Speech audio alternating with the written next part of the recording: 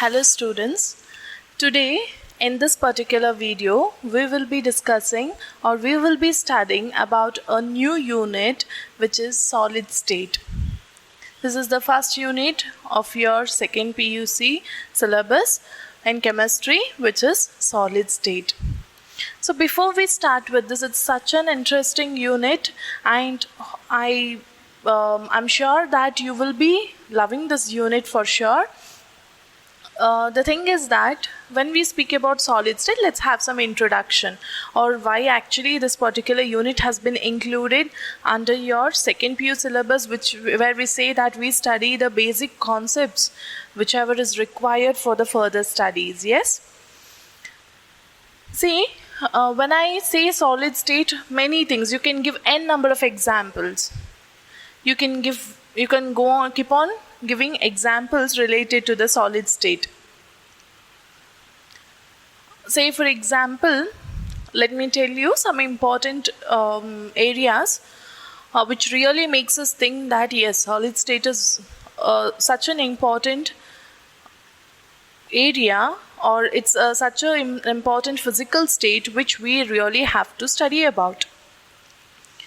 Superconductors, biodegradable polymers, or say any for any implants, for any surgery, the instruments or the equipments required, or say for the construction of a building, the brick used. So starting from the basic things till the superior ones also, this solid state plays an important role in our day-to-day life. We come across lot of things in our day-to-day life which is very important and which comes under the solid state. Before starting with solid state, we have studied that there are three very important physical states of matter, that is solid, liquid and gaseous state. Solid, liquid and gas. These are the very important physical states that we have known. In your first year classes, you have studied more concepts related to gaseous state and few concepts related to liquid state. We also know that liquids and gases together, they are called as fluids.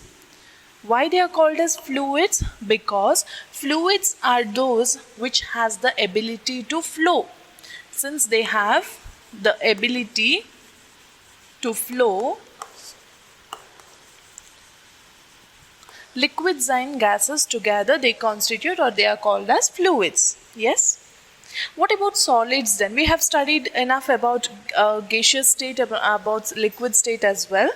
In this particular unit, you will be studying only about solid state. Very interesting concepts related to solid state. Now let us see what is solid state actually. So when I say a solid, I can give you many examples. Say for example, take this particular box, it's a solid. Why I have taken this example particularly, I can even give you example of this chalk holder or chalk piece or even a duster also.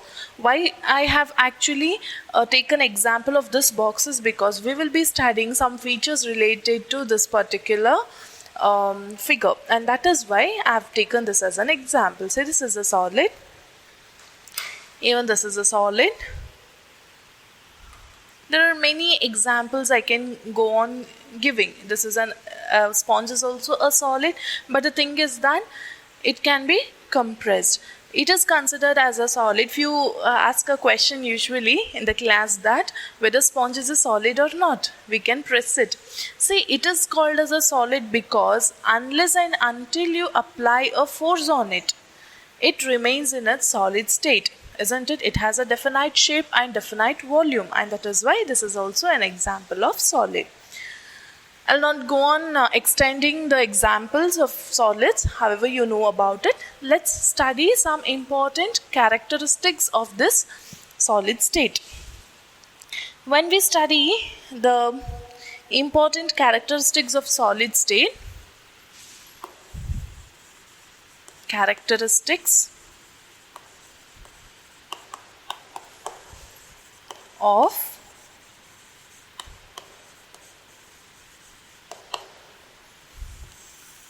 solid state.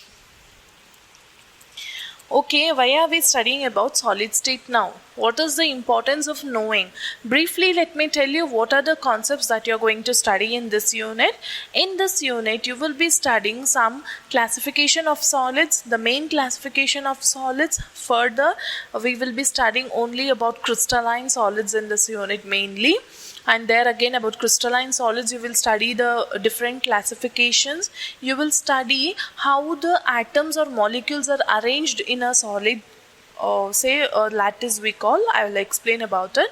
And then again, you will be studying about different types of imperfections that we see. Imperfections means during the arrangement of the atoms or molecules, what happens, that we will be studying. And a very important concept called as packing efficiency we will be studying, and related to magnetic properties and some other properties of these solids we will be studying in this particular unit. So now let us see in the characteristics of a solid state. When we say, which is the first point that comes to your mind about solid state? Solids have definite shape, definite mass. Solids have definite shape, definite mass, and a definite volume. Am I right? So this is the point that comes to your mind. What is it? Okay, this is a solid now. Solid, does it have a definite mass? Yes, it has a definite mass. Whether it has definite shape? Yes, it has a definite shape. It has definite volume too. This is the first point that we study about a solid state. What is it? We know that it has definite shape, mass and volume. It has a fixed shape, mass and volume, because it doesn't change its shape, isn't it? Does it change its shape? No, it doesn't. So we say it has definite shape, mass and volume. Clear? So that was the first point related to solids. And now let us see the arrangement of solid state. Generally, this is how you have a picturization since your primary classes. You know that solids means, we say in a solid, say in this particular solids, the molecules are arranged in such a way that they are tightly packed.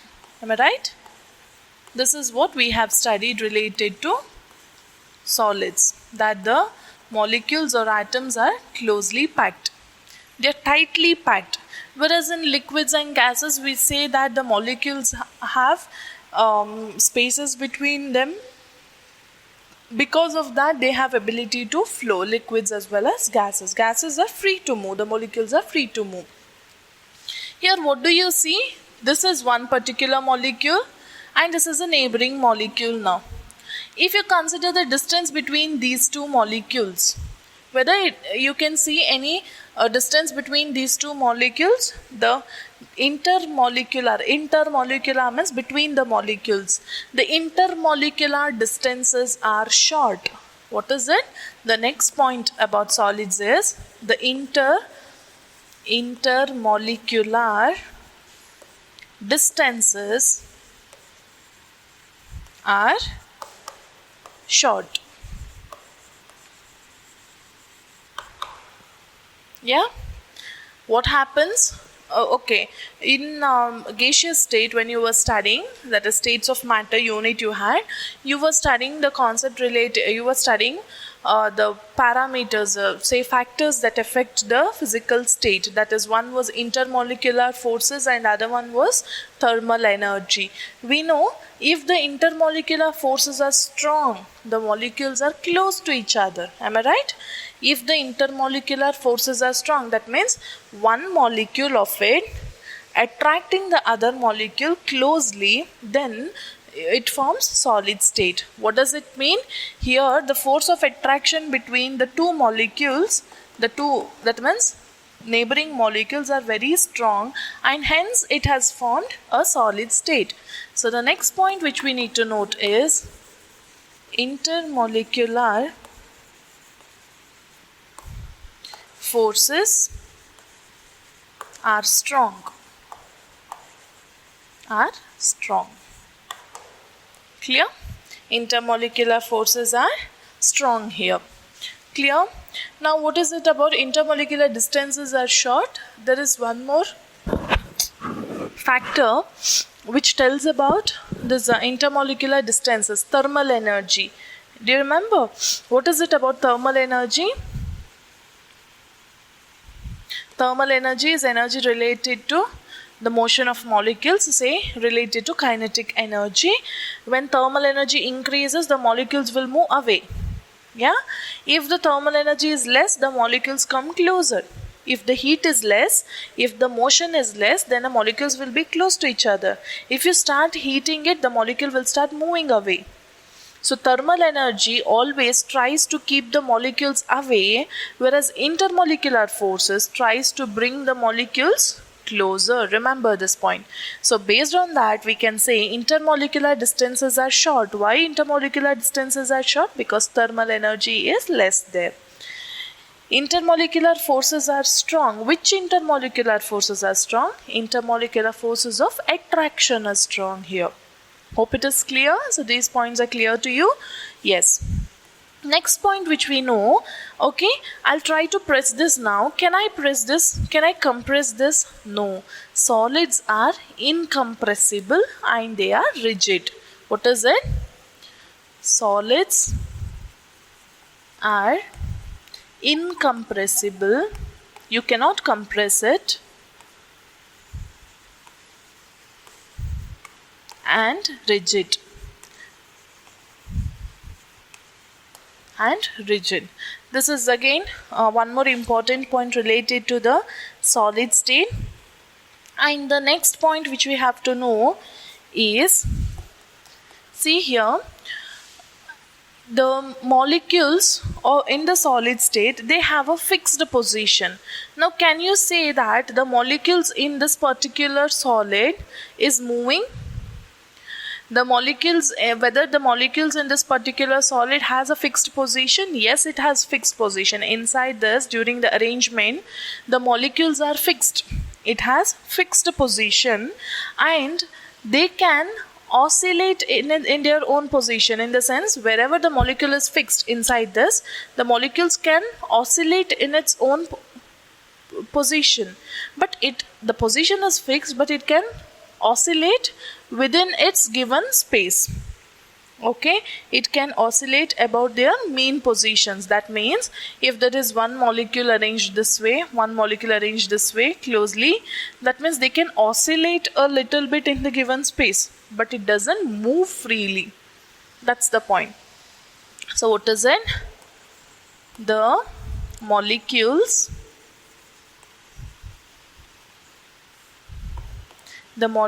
have fixed positions. Than call it as molecules, we can say the particles in the solids. The particles can be atoms, ions or molecules. It need not be always a molecule. It can be atoms, it can be ions or it can be molecules. So when I say constituent particles, now here I have mentioned molecules. You can mention the particles in the solid have fixed position and can oscillate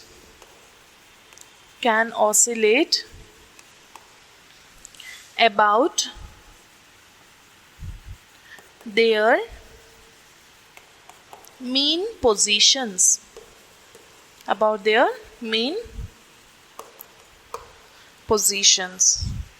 So this is about the main characteristics of solid state that we need to understand. Now let us move further. So hope how the characteristics of a solid state is clear to you, and we are moving further with the classification of solid state. How this solid state is further classified as.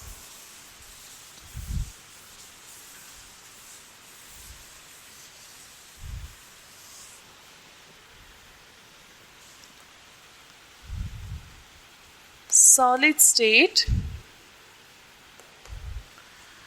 is mainly classified into, if I say which are the two types of solid, what will be your answer? Your answer will be crystalline solids and amorphous solids. So solid state is classified into two main categories, which is crystalline, that is two types of solids, crystalline solids and amorphous solids. Crystalline solids and amorphous solids. So in the practical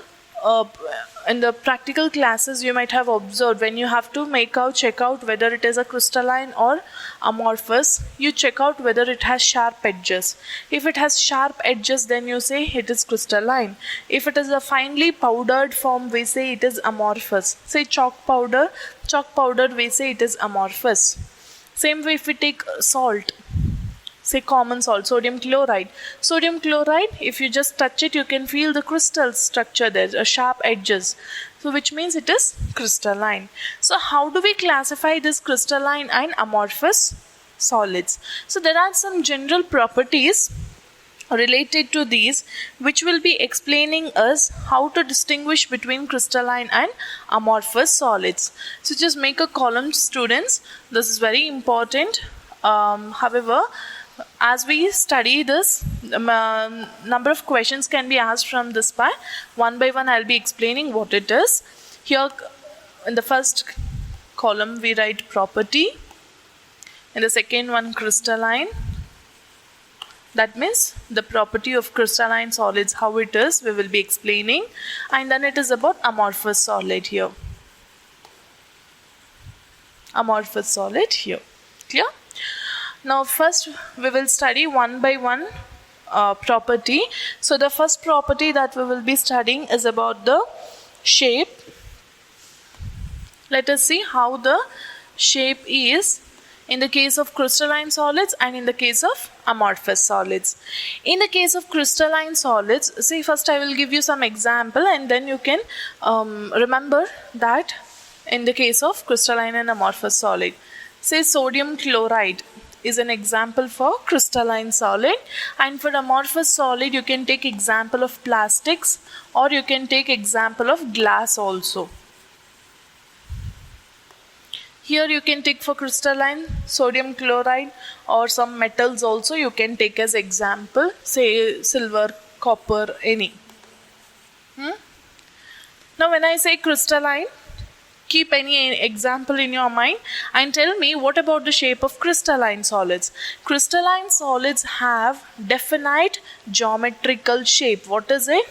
Crystalline solids have definite geometrical shape. So we write it has definite, and we write characteristic, definite, characteristic, geometrical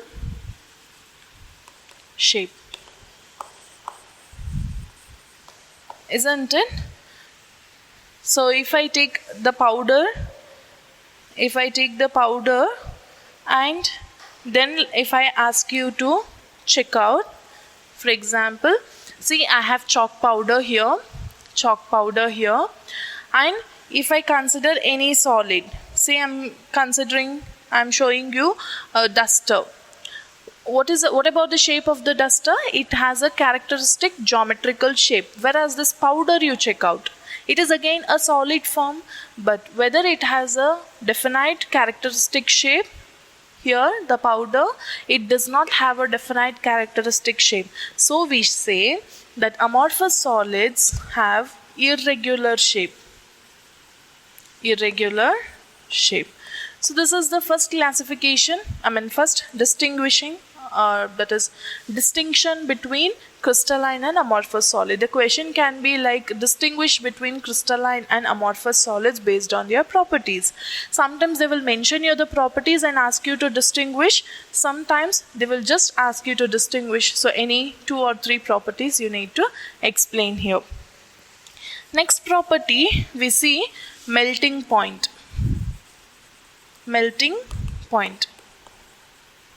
Okay, now tell me about the melting point of crystalline solids and amorphous solids.